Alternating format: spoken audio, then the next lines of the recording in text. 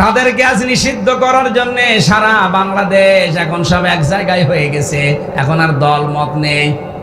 আমরা চাচ্ছি খুব তাড়াতাড়ি তাদের নিষিদ্ধ করে দেন, নয়তো প্রায় ৪৫০০ কত ৪৫০০ মানুষ অলরেডি ইন্ডিয়াতে পালিয়ে বসে আছে। তারা ওখানে বসে বসে হাওয়া খাচ্ছে না। আরে ভাই, তাদের কিছু না থাক, তাদের ব্রেন তো কাজ করছে। তারা ষড়যন্ত্রে মেতে আছে। ওরা ওই দাদা বাবুদেরকে দিয়ে দেশটা অস্থিতিশীল করার জন্য চেষ্টা চালাবে।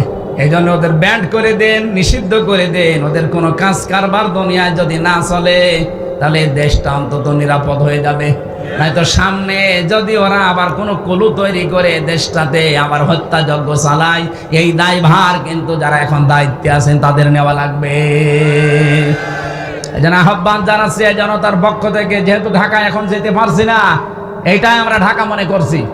হ্যাঁ, কথা বলেন না কেন?